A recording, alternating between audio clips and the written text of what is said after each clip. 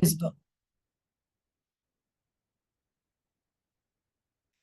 Okay, welcome to Community Energy Scotland's Community Energy Fortnight webinar series 2024. And today's session is on heat networks. Thank you for coming along today, and this will hopefully be a very productive and interesting session.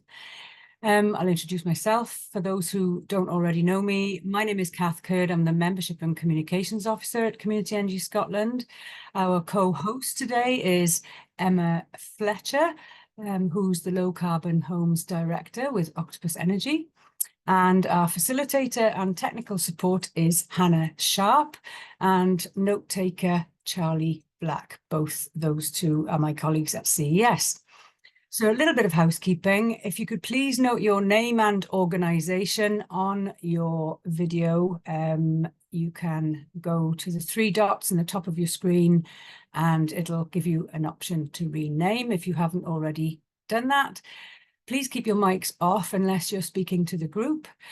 Please feel free to add your questions to the chat as we go along. And then during the Q&A session towards the end, you can raise your hand with any questions so we can discuss those live, as it were. I'll be timekeeping and I'll prompt anyone as and when necessary during the session. Quick look at the agenda. Emma will be introducing today's topic of heat networks by taking a look at how they work first of all. That'll be followed by a delve into a case study of the Swaffham Prior heat network, which is based down south in Cambridge. It's worth noting that heat networks uptake in this country, all over the UK, is still very much in the infancy stages. So we're really lucky to have this opportunity with Emma today. As I mentioned before, there'll be a chance to discuss and ask questions in the Q&A session afterwards. So at that point, I would like to hand over to Emma, please. Thanks, Kath. So I was asked to give a very quick, brief overview of heat networks. And embarrassingly, it's a bit like, well, what did the Romans do for us? Basically, they were the genius behind heat networks back in the day. If any of you have visited Roman the Roman baths in Bath, those, in fact, were using hot water to pipe around to heat both buildings and the swimming pools that they had there. And really, this technology is not new. It's not being leading the way. The Danish market has been using heat networks, and about 80% of all Danish communities are on district heat networks. And so therefore, whilst yes, apparently we are one of the first in the UK in our village, embarrassingly, I also think we're very late to the party. In terms of different types of heat networks, you can have deep bore geothermal heat networks. They're going down maybe 3 or 4 kilometres. And then you can also take heat from existing buildings or facilities like data centres.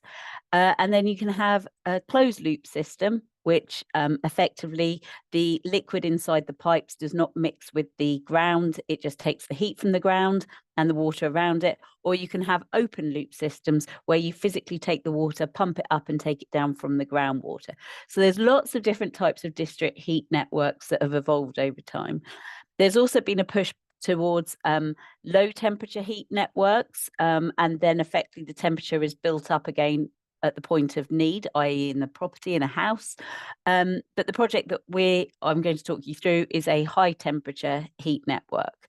So I'll come on to explaining all the different slides, but basically that's what we're talking about here. But there are so many different varieties of heat network out there.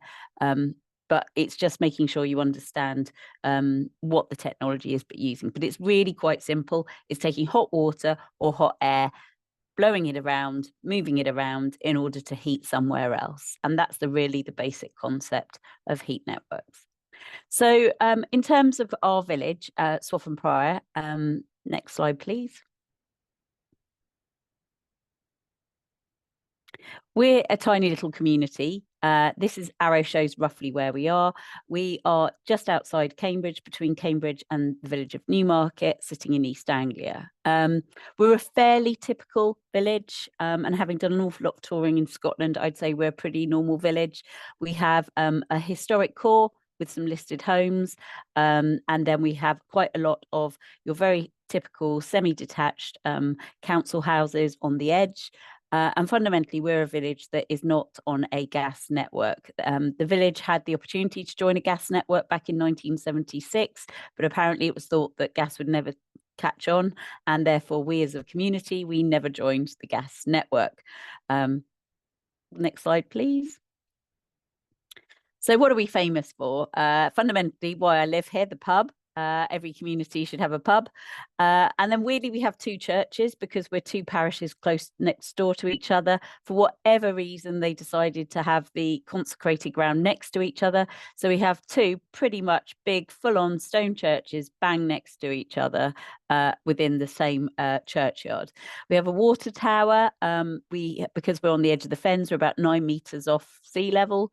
We have a primary school with half form entry, so pretty small school. We used to have a train station that got cut in the 60s, now a domestic house. And oddly, we also have 2 windmills. We like doing things in twos in this village. So one windmill actually produces flour, quite good quality flour to bakeries and restaurants around the area. And the other windmill now actually powers a domestic property. So a pretty typical village. But actually, age does matter in our village. We do have a lot of old dwellings. In fact, over half of the village, the property's building age is over 50 years old. And actually, a good third of the properties are over 100 years old, with a quarter being about 200 years old plus. And actually, whilst I don't want to pass any pointers at anything, the stats show it in the surveys, but we also are quite an old village when it comes to our population too. So over half the village is over 55, and just over a quarter of the village are over 65. So, you know, this is a big issue impacting on rural villages up and down the country. Next slide, please. So I decided to do something about it. I was on maternity leave. I was genuinely worried about, would my kids still be able to go to the school? Would it stay open? So myself and a group of other people in the village decided that we'd set up a community land trust, and we built 8 homes to the village. So we have 2 bungalows and we have 8 homes, which unashamedly we give nominations to people who have connections to the village. So this is our way of trying to help young people stay in our village. Next slide, please. And one of the things we did back 12 years ago was put all of our properties onto air source heat pumps, something that really wasn't being done out there, but we knew that we didn't want to put these properties onto oil. We thought that our tenants deserve better. This is Mari, by the way, looking after her garden. Next slide, please. So we then decided, what could we actually do? We had a community company set up already. We'd built some homes, and normally my motivations would come from being really pissed off about something. So I was annoyed and thinking that the village was not going to be able to support maybe the village school. That's why we set up the housing. And then actually increasingly the cost of oil was becoming a massive problem. And I'm sure there's plenty of you out there that really understand that fuel poverty has been something that's been around for a very long time, especially for on-oil communities. If you have to buy a tank of 500 litres in one go, you are literally beholden to the oil company and what the price of oil is. If you can't afford to shop around and you want to set up a direct debit, you can only really stick with one provider. So again, you're beholden to them. It really isn't the most attractive thing to be involved in. And it was a chance conversation, a bit of things I've been mulling around. And then back in December 2017, myself and co-director of the CLT, Mike, we decided that actually we were going to see what we could do for the village. And we went forward and we got a £20,000 grant from the Rural Community Energy Fund. And basically we decided we were going to do a study. Now, by way of background, a chance conversation with Mike so happened proved that for 10 years ago, he tried to bring district heat networks from Denmark into England, and we just weren't ready.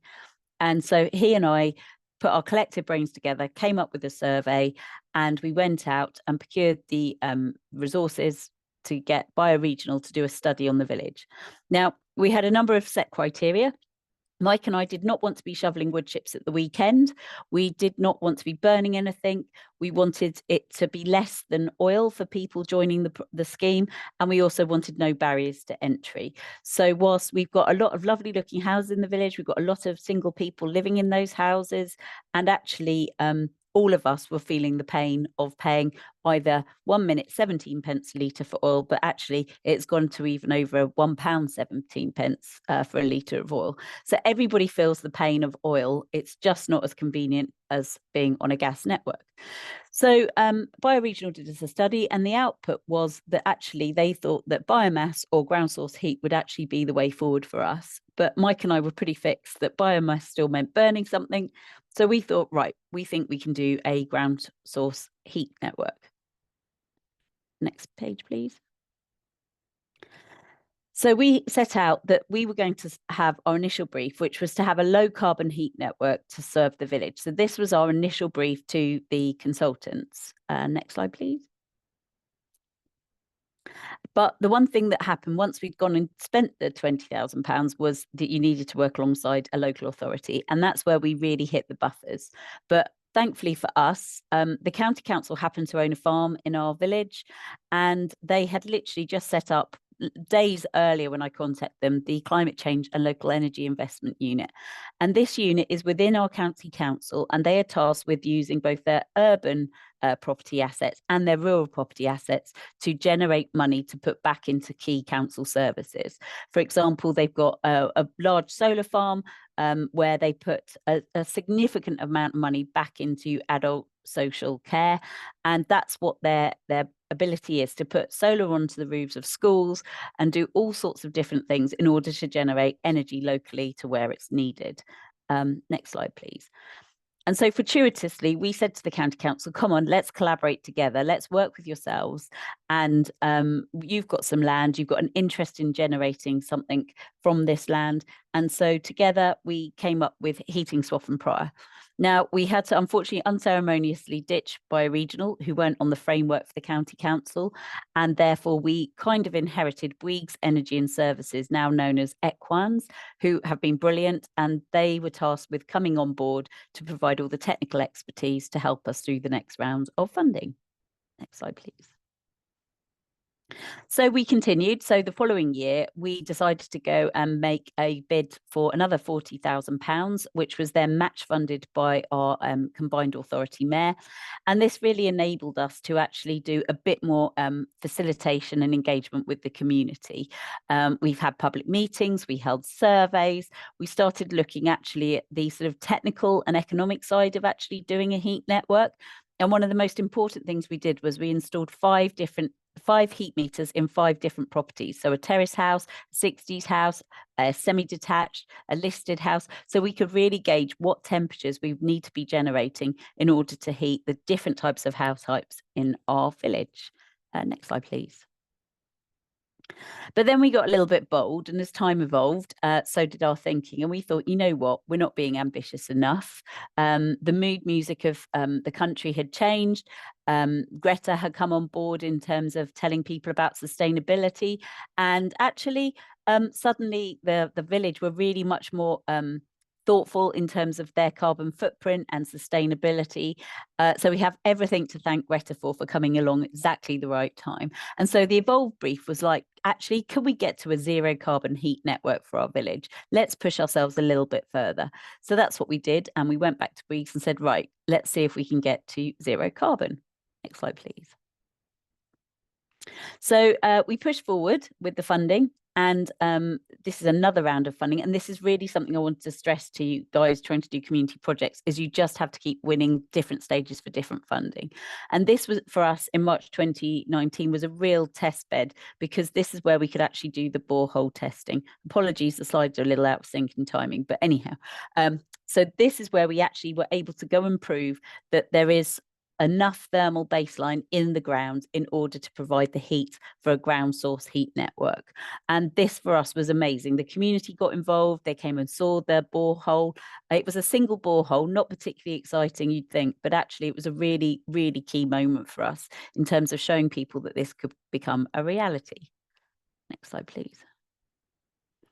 And so we got through that round, proved concept that we could actually use the ground source, and therefore we went again for another round of funding through the Heat Networks Delivery Unit. And the one thing I say to all communities is you kind of have to chase the money. These funds change all working out how you slot into these different funds as the money becomes available, because fashions change, ideas change, governments change, local authorities change, and therefore again this was a different pot of money that we were then able to use to prepare the planning application.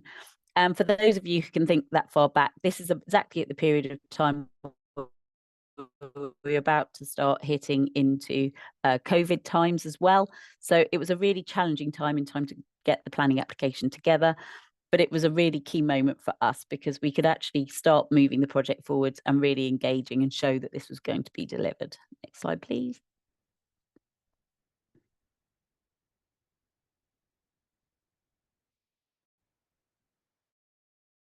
On our thoughts, this is where the real money then came forward to help with the project.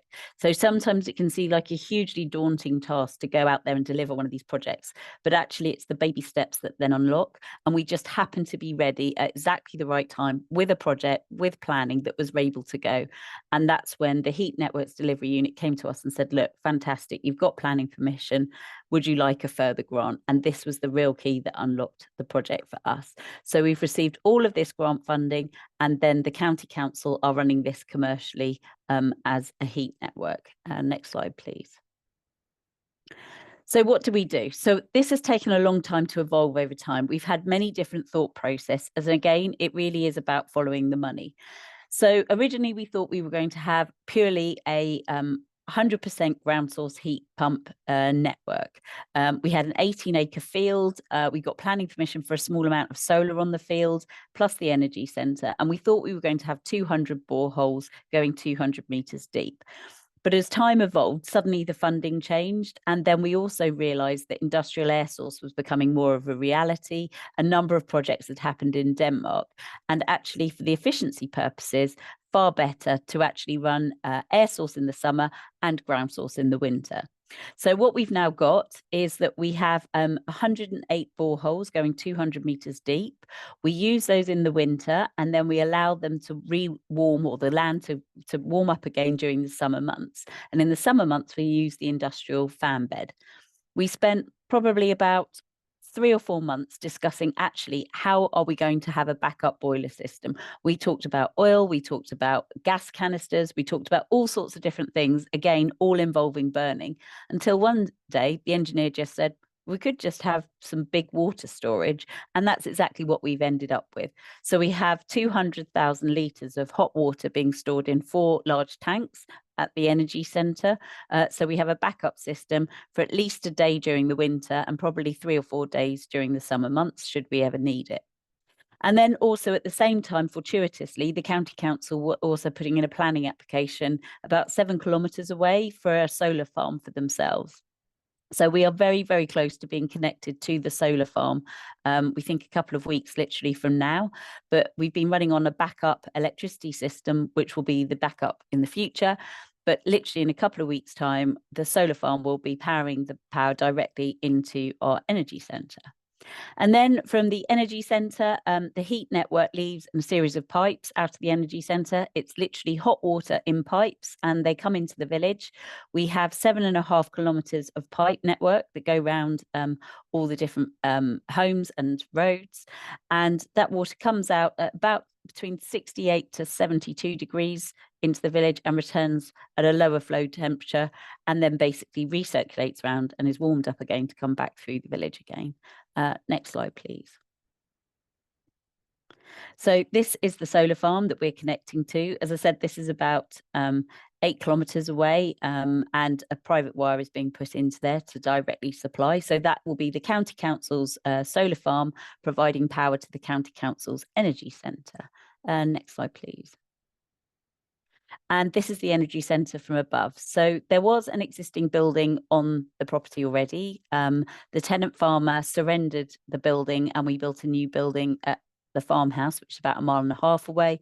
The tenant farmer has since taken the land back from the project. Now the boreholes are in.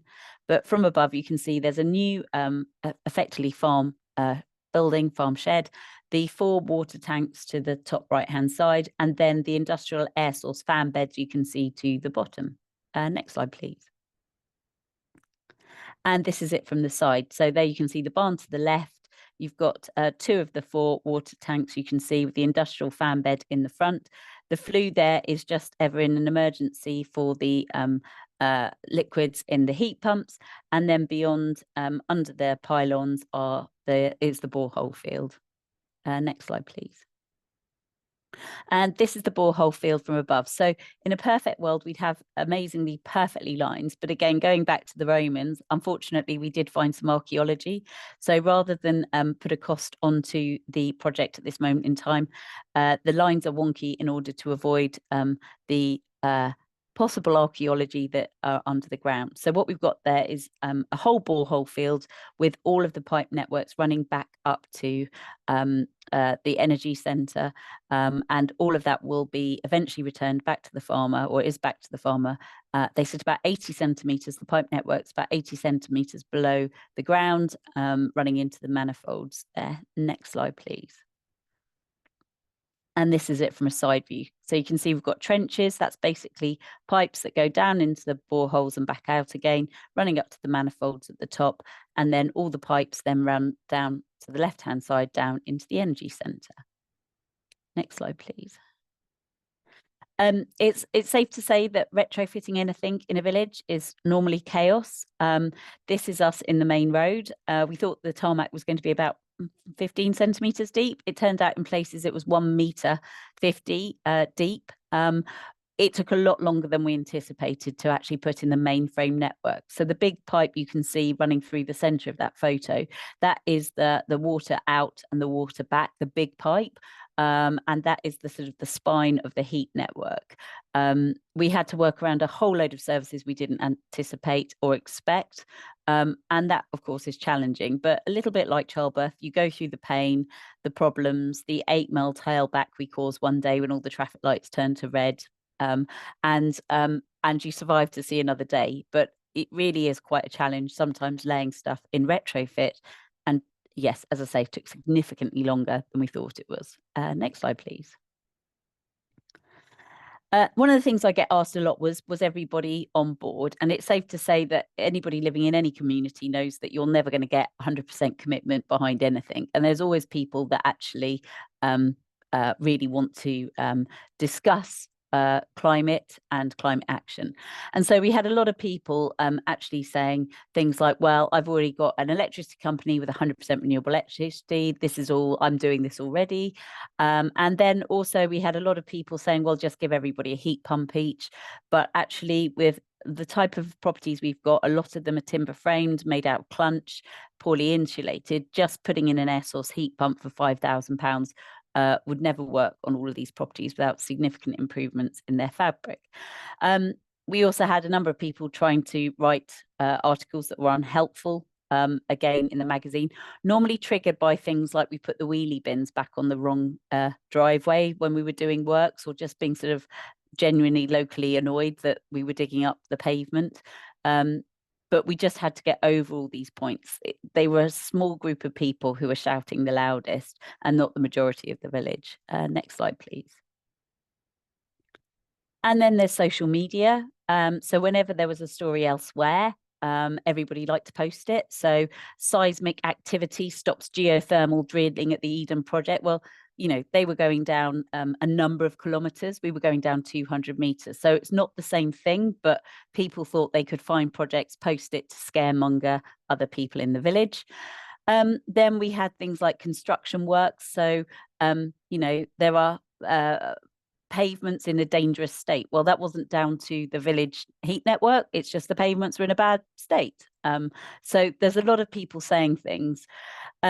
Lots of issues with the traffic management. And then actually, sometimes you just have to get ahead of it because it was starting to get ridiculous. The heat network was being blamed for everything. So I posted out that the heat network is not responsible for the blue sign on Cage Hill, the diversion, which was down to the water company, a solar farm proposal that wasn't asked, a pop-up campsite that happened to arrive in the village, nobody knows how or why, and then also the football match was on as well, because you have to try and get ahead of this. People just wanted to use the project to basically grumble about everything else that was going on in the village. Next slide, please. This is one brilliant article. Unfortunately, when I said we triggered all the lights and caused a massive tailback, it turns out that there's a journalist for the Daily Mail that happens to live in the next village. So he decided to write a rather negative article in the Mail, which also went online. But I think this really sums up some of the feeling that's out there. So the highest rated comment that had over 1,200 likes was green policy will cost us all a fortune. The party must oust him ASAP. We're talking about Boris Johnson. It's going to lose Conservative lots of votes. So people really not happy about actually the green agenda, and really, you know, not happy. And next slide, please. Somebody then was brave enough to actually say, you know, this is something we should actually go and do, and they're backing the project. Well, you suddenly get 144 people with the thumbs down against that. It's really difficult when you're against that sort of feeling online as to how do you go about all of that. It's a very, very divisive subject and still continues to be so. Next slide. So on a positive, so this is an install. This is actually at Mike's, our co-director. And the great thing about a heat network is it's really not that intrusive once the mainframe had gone in. There's no green bling. It really is just a pipe in with hot water and a pipe out with slightly less warm water coming out from the property. So all of the properties are connected through a pipe network. You can see this along the front of Mike's drive, and it pops up next to the house. Next slide, please. And as you can see the two pipes, one in, one out. You compare that to the horrible flue and all the other bits that comes with a boiler historically on your house. That flue has now been removed. But actually inside the property, for anybody who's had an oil boiler, they're huge. And what been replaced with is effectively a tinier boiler that's more like a combi boiler that can be put on a wall. So a really neat solution. It just plumbs in with your existing wet central heating system. No need to change or upgrade the radiators. Some people have chosen to, but effectively it works with your existing central heating and hot water system. It's just take out the oil boiler and plug in the heat interface unit. Which effectively acts like an umbilical cord. So really the hot water from in the village heat network comes in, it goes to the heat exchanger, the temperature of the heat of the water from the village heat network goes across the plates, and it works with your existing hot water and central heating system. So like an umbilical cord, nothing actually from the heat network enters your house per se, it just transfers the heat from the pipes across the metal plate to the heat in your home, or hot water in your home. Next slide, please.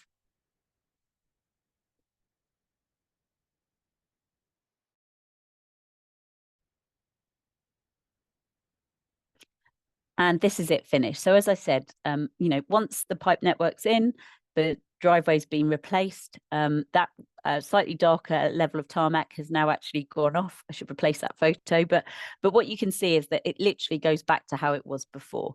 There's nothing need to be dug up again, and the pipe network actually has a 60 life. So if we ever want to change technologies or move on with different technologies, we just have to upgrade at the energy centre. We do not have to come again into your home. Now, over time, just like a boiler, the heat interface unit will need to be replaced and maintained. But effectively, there is no more that needs to happen to that home. No more changes need to happen. We can move the technology on, just like the Danish have. They started with wood chip and now they're on industrial air source. We're on industrial air source and ground source, and who knows what we may be transitioning to further down the line. Next slide, please. This is just outside my house, so a bit more in the historic core. One of the things we were able to do is all the homes are straight onto the pavement. So, and most of them have a coal hole from historic reasons. And so therefore, actually, the pipe network literally just comes in through the pavement and enters in where the coal used to enter the property. So next slide, please. And as you can see, that's all that comes into the house. So my house is listed and in the conservation area. You cannot see it. It's under the ground. And that's literally what pops in next to what was the coal hole. You've got the pipe, hotter pipe in, slightly cooler pipe out. Next slide, please. So I think really what this project has taught us, though, is that these are massive global issues that need to be tackled literally at man and woman street level.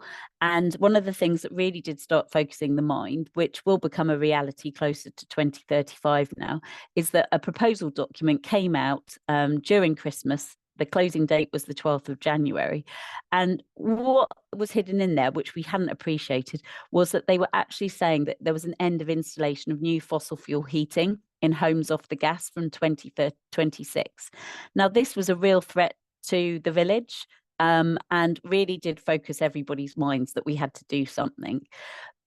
But for a lot of people, it's the language that people use is really difficult. It doesn't say on oil here, but fossil fuel heating in homes off the gas grid is a bit of a mouthful. And it's really difficult to translate these technical documents into people and make them realize this means you.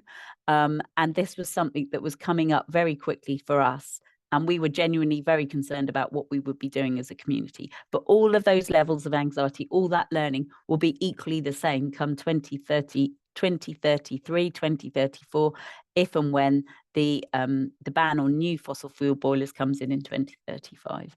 Next slide, please.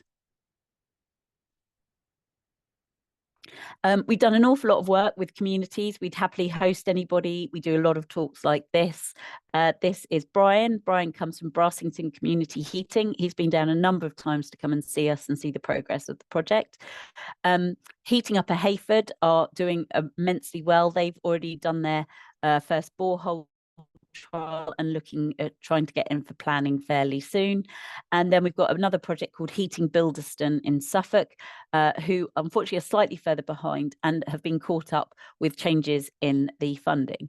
And this is going to be a really, really interesting debate. For all the conversations we've been having with a number of the political parties, there is certainly a real push towards community scale projects. And if that is the case, grants and help and assistance really do need to think about community projects. Community projects don't just happen overnight. You can't just install equipment within the funding period of a year. They take a lot longer and are slower to develop.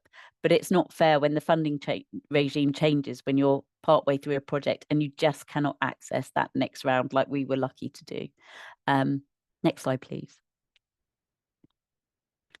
And so the overall project impact, well, we believe that, we will have saved over 1,000 tonnes of carbon a year for the village. We've significantly reduced the number of oil deliveries to the village.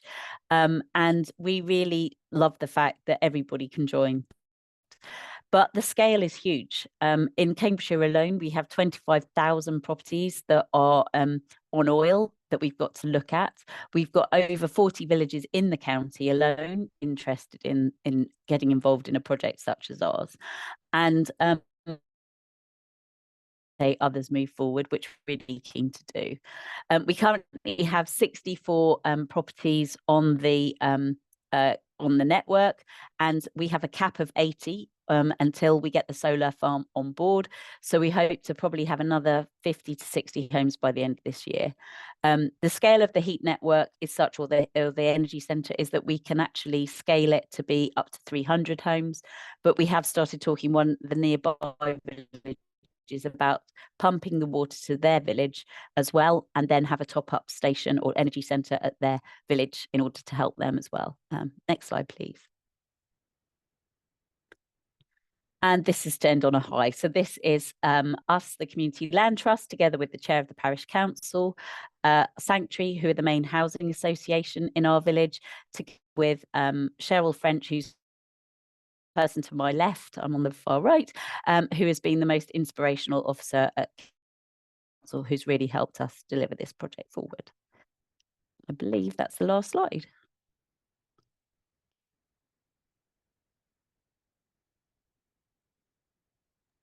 Right, thank you so much, Emma, for that talk. It was really interesting. We're just going to move, we're slightly ahead of schedule, which is brilliant. We're just going to move into the Q&A. So you've got a couple of options. If you want to raise your hand on Zoom, that's absolutely fine, and you can ask your question. If you have a question and you don't want to speak up, you can put a message in the chat and I will read it out for you. Okay, brilliant. So we've got a message or a hand up from Joseph.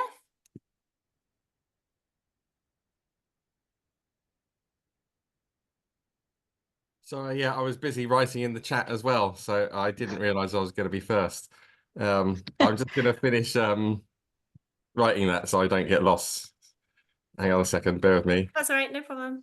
I can deal with one of the chat if that helps. There's a question from John, who manages the heat network. So the way that it's set up is the county council actually own the heat network.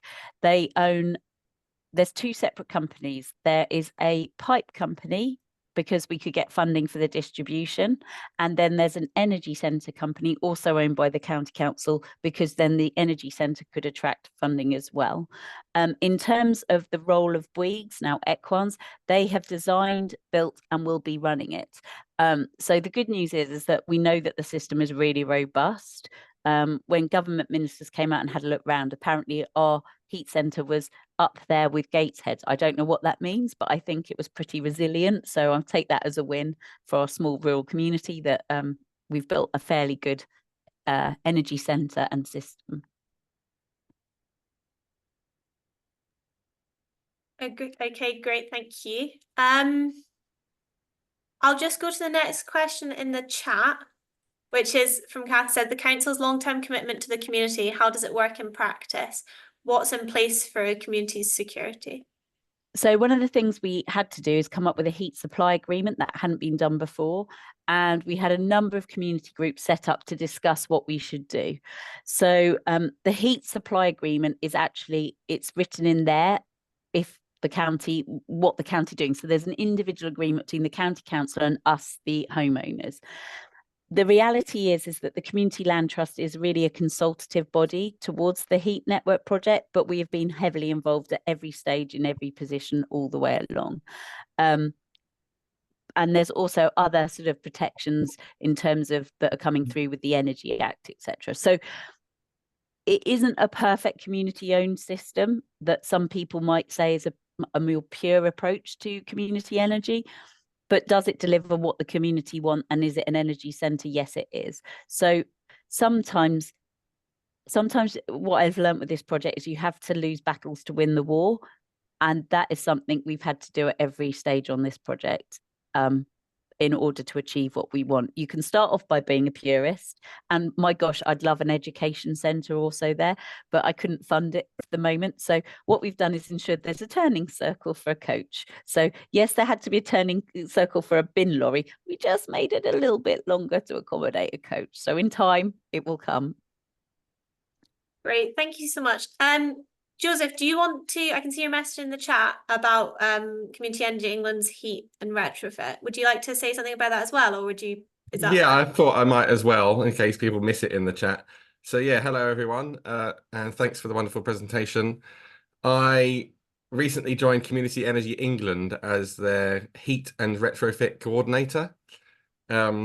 And as you can imagine, I'm working on lots of related projects. I've shared some of them there. I'll just talk to them a bit quickly. So there's the Net Zero Terrace Streets project, which is a big UK, Innovate UK funded project. There's like 9 different partners, but it's being led by Rosendale Valley Energy, which are a new community energy enterprise up in Lancashire. And we're trying to develop a replicable model that could be used to decarbonize the 6 million 2 to 3 bed terraced homes in the country. And the model that we're developing is hopefully going to be no upfront cost to the homeowners, and the cost of all the retrofit and the infrastructure will hopefully be packaged up in debt that will be paid off over 40 years with a standing charge that people will pay instead of their gas standing charge. And we're looking for fast followers, i.e. communities that are interested in doing that where they live as soon as the model is available to run with, which it isn't yet, although there are parts of it, such as the Fairer Warmth app, which Community Centre for Energy Equality have been developing, which some of you may be aware of. And then there's another very aligned project being led by Share Energy, which is called the Community Heat and Development Unit. And that's trying to work out, using lots of clever mapping and tech tools and things, where such district heated networks, very similar to Swaffham Prior, might be viable. Because as I understand it, there have been quite a few people that have done feasibility studies to try and replicate the wonderful work you've done in Swaffham Prior. But it's quite hard to make all the numbers add up, because like you say, you were lucky to get lots of great big grants just at the right time, and it's unlikely that that will be easily replicated in other places. And of course, we also organise working groups. There's a community energy heat working group which meets monthly, and an energy efficiency one which meets quarterly. So if any of you are interested in any of that, please do get in touch. Great, I'd thank you. love to help you. Thank you. Really interesting projects there. I'm going to go to Alistair.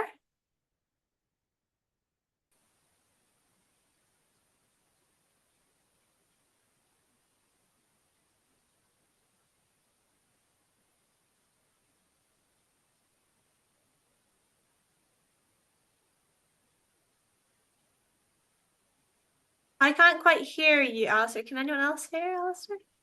No. Have you got your audio enabled there?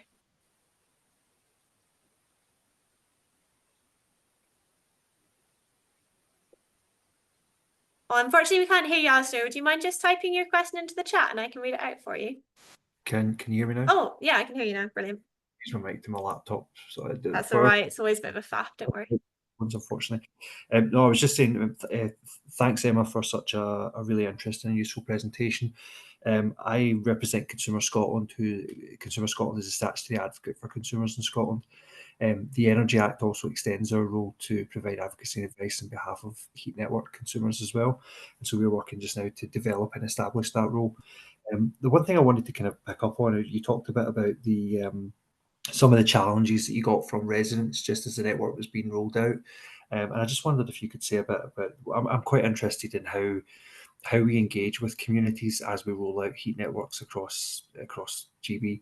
It's something that I'm just quite interested to understand from kind of existing networks what community engagement looked like, and particularly this one, I think it would be quite interesting just to understand a bit about what kind of early community engagement looked like with residents, and also what kind of information they got and how that was kind of received in the first instance. Just wondered if you'd be able to say anything about that. Yes, certainly. So it started off with Mike and I doing a lot of the questionnaires. And one of the things I say to every community group is you've got to look a little bit more professional than Mike and Emma from down the pub. So really don't want to look too slick, but you don't want to look like total amateurs either. There needs to be an element of trust. So one of the first things we spent with our grant money was on a project manager come community engagement type person, but she had some real skills. She's a former architect and she had design skills. So she designed us a logo, she set up a website, she produced some amazing flyers. She produced with a friend these children's activity booklets for the summer holidays that we distributed. And it just made us look a little bit more on it, just a bit more glossy, better printing. It sounds ridiculous, but it genuinely really does count how you present out. You have to have a level of looking like this is happening. It's professional. It's got branding. It's got a name. It's an entity. It's a thing. So that's one of the first things I say to everyone. We made a video with the primary school children in the village, and that was really impactful with children showing the way and how a heat network works. Which was brilliant. We did work with the Scouts and the Beavers. We did work with the WY and a number of the groups in the village, but we also did walk and talk with engineers. We have a lot of retired engineers in this village, admittedly aircraft engineers, because we're quite near Marshall's Airport in Cambridge, but we have a lot of retired interested people, shall we say. So come and quiz the engineer was quite a popular kind of option. We had people come up to see the boreholes. We literally did presentations, quite literally to one woman and her dog. You just have to be prepared to put yourself out there. And if people don't want to come, they don't want to come. We put the heat interface unit in a festival wagon and wheeled it around the village to show people what the difference was versus their boiler size. We went into people's homes. We created booklets for people, champions on each road to show to their neighbours. It's safe to say there's not one thing that ever fits all, and that is really it. Did we do it right? Probably not every time, but you've got to try, and it's sort of tell them again, keep telling them. and don't lose hope, I think is probably the key thing. So everything you're probably doing, and then anything that's a little bit batty and a bit more. To be honest, once we got digging, we probably got the most engagement, because people love coming to look in a hole. I mean, literally, that brings everybody out. So doing, I think, engages a lot more than maybe taking the sort of flyer approach. Thanks, Emma. That's really helpful. I think for me, it's just trying to think about what does that look like on a mass scale, and how practical that would be to roll out that in a bigger. I think generic websites that link together, if you could have a website that said heat networks and then all the different ones underneath, but that would be easy for communities to upload, I think that would be good. And logo creator and things like that. I should also say that, full disclosure, because of the heat network project, I was approached by Octopus to have a job. That's why I'm now at Octopus, and Octopus have a 50-50 joint venture with the co-op called Unity. So there are grants and loans and assistance there as well for anybody who needs it as well. Can I just ask a quick follow-up? You obviously talked about some of the challenges you've got and how that plays into some of the kind of societal pushback against kind of net zero. Were you able to win those people over, the kind of detractors, the people who were kind of a bit more kind of resistant to the network being installed? So I think if I was a politician, we'd have probably given up quite early on. I've taken a fair amount of personal abuse in the parish newsletter. And if you ask GPT about the project, it is basically fed from articles written by a man called Alistair in the Swaffham Prior, which he is published online. So not positive. However, the best thing is despite all the abuse and all the problems I've had, Alistair has signed up to be in the second phase. And this is an 80-plus-year-old gentleman who really thought it wasn't going to work. And so whilst I can't publicly jump up and down and celebrate in that way, I think you have to go with the small wins. And I think for a lot of people, they were just skeptical about how it would work. But I go back to my earlier point. This is not rocket science. This is not new. It's embarrassingly old technology that we're trying to implement. And so therefore, I was never nervous that it wasn't going to work, because it was just hot water going around the village. I guess I was nervous about, could we get the ground source and the air source to get it up to the right temperature? But if we can, and I'm not saying this is the right thing to do, but if we can create islands in Dubai that look like countries, if you have enough money, you can achieve anything. And if you work with that premise, bearing in mind we had no money, by the way, but if you work with that premise and think, well, everything is achievable, it's just at what cost, you kind of have to be positive about these things and think it's the right thing to do, stick with it, keep going forward. Right, thank you so much, Alistair and Emma. I've just got a question from John in the chat. It says, what was the level of people's awareness from the beginning? What brought them around, brackets, cost, environmental or reliability? Okay, full disclosure, this was probably a fuel poverty project at the very start, and also a community cohesion project. I mean, I genuinely was really worried that nobody young would want to move into a village on oil. That was one of my biggest worries. The whole point, going back to why I set up the Community Land Trust in the first place, keeping the school, keeping the pub viable, that was my real fear. And so cost of living, not being very attractive to people moving in. A real game changer for us was when Greta, so this was like eight years ago, right? And you have to remember that society has changed so much in that time. But when Greta came on board and we did the thing with the children, the video with the children, I genuinely think it really started to hit a chord with people. And then when government said there'll be no more new oil boilers, that was another level on top. Now, there's not the same drive. There's no single identical person in the village for what their driver is. Everybody has something different, but over time the layers of why you should do it have just come on and on and on and on.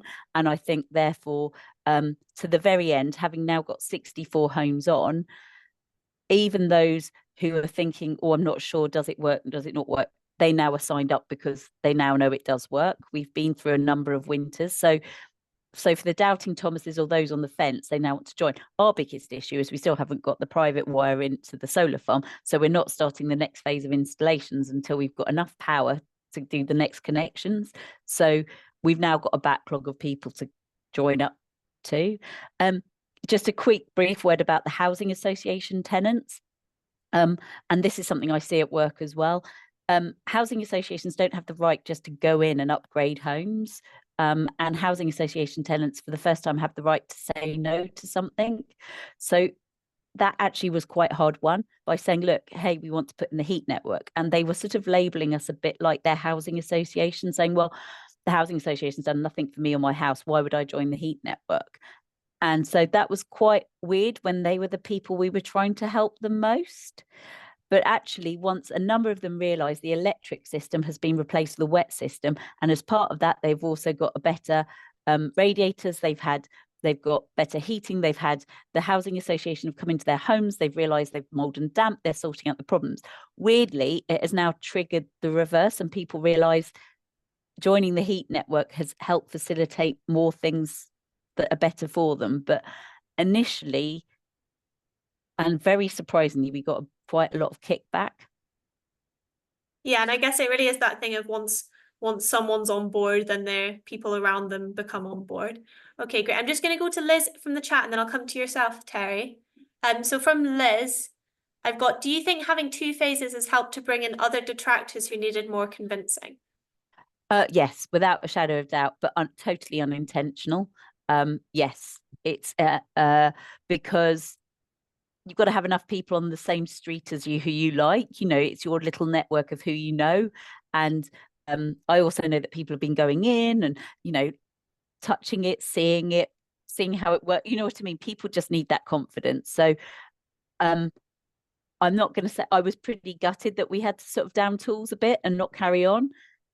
But actually, indirectly, it's been positive. So hindsight's a wonderful thing. It has been a good thing.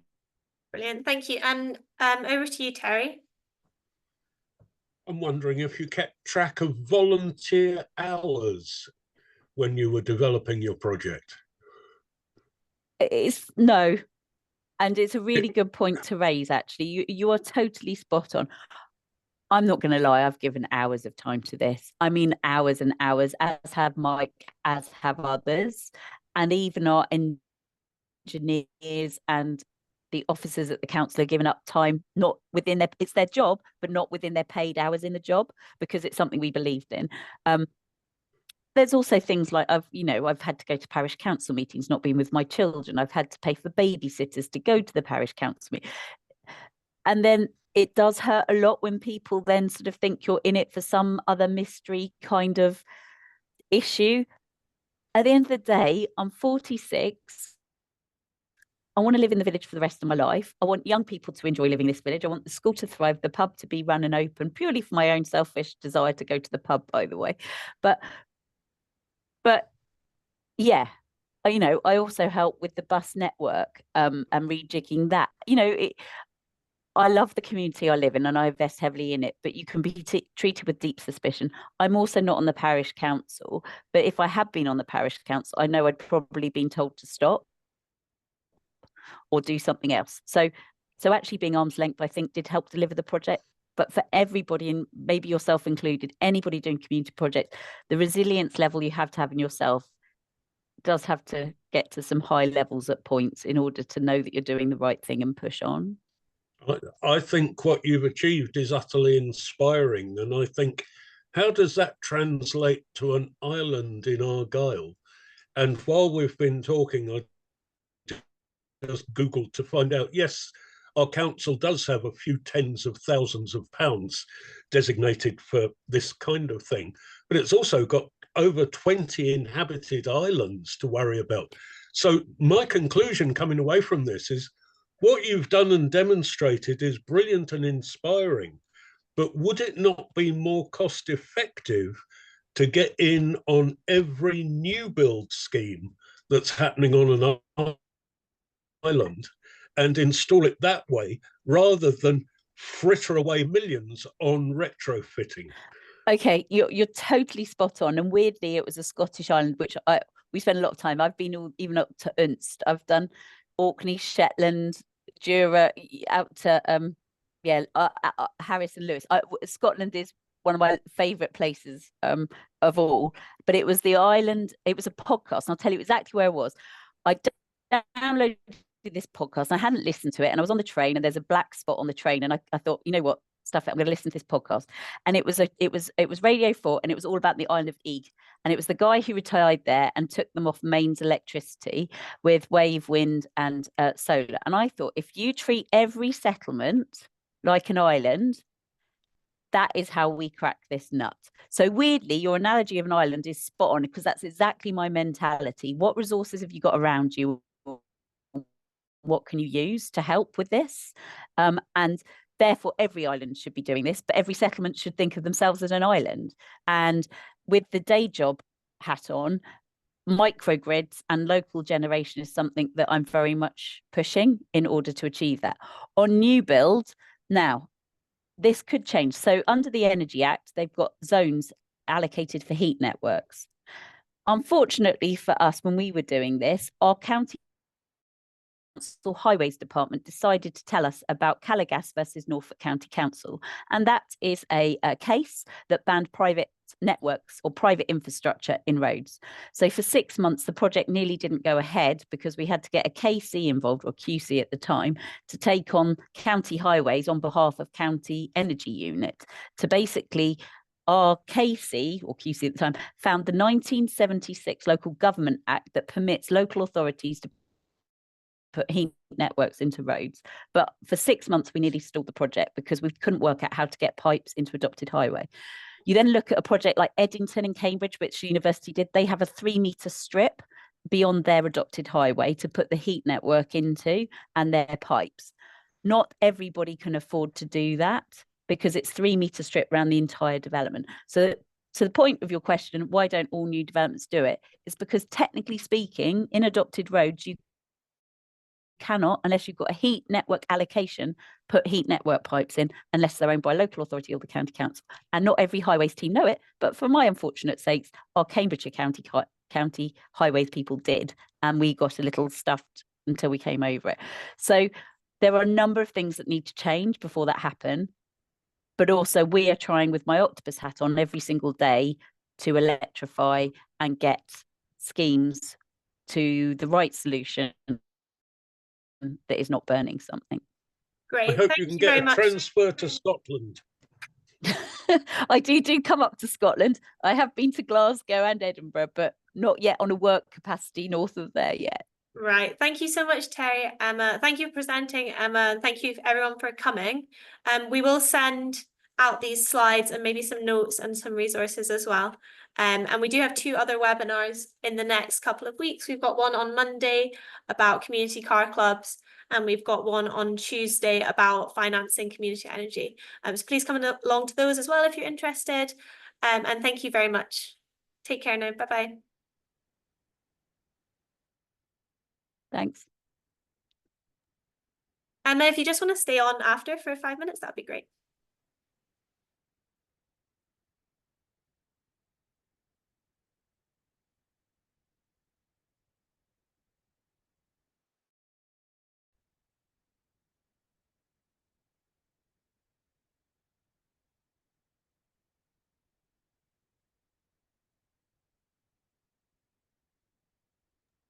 Hey.